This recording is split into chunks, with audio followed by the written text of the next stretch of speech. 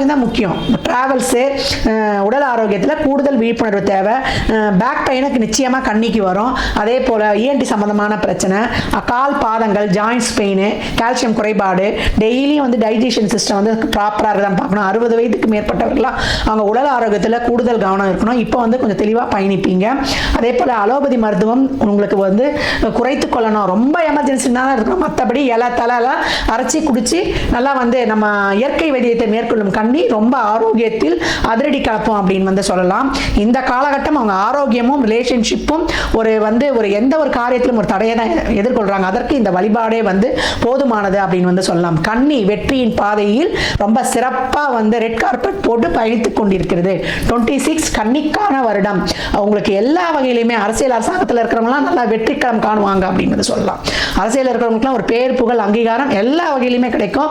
லைஃப்ல வந்து அடுத்த கட்டத்தை நோக்கிய பயணம் ரொம்ப அருமையாக இருக்குது.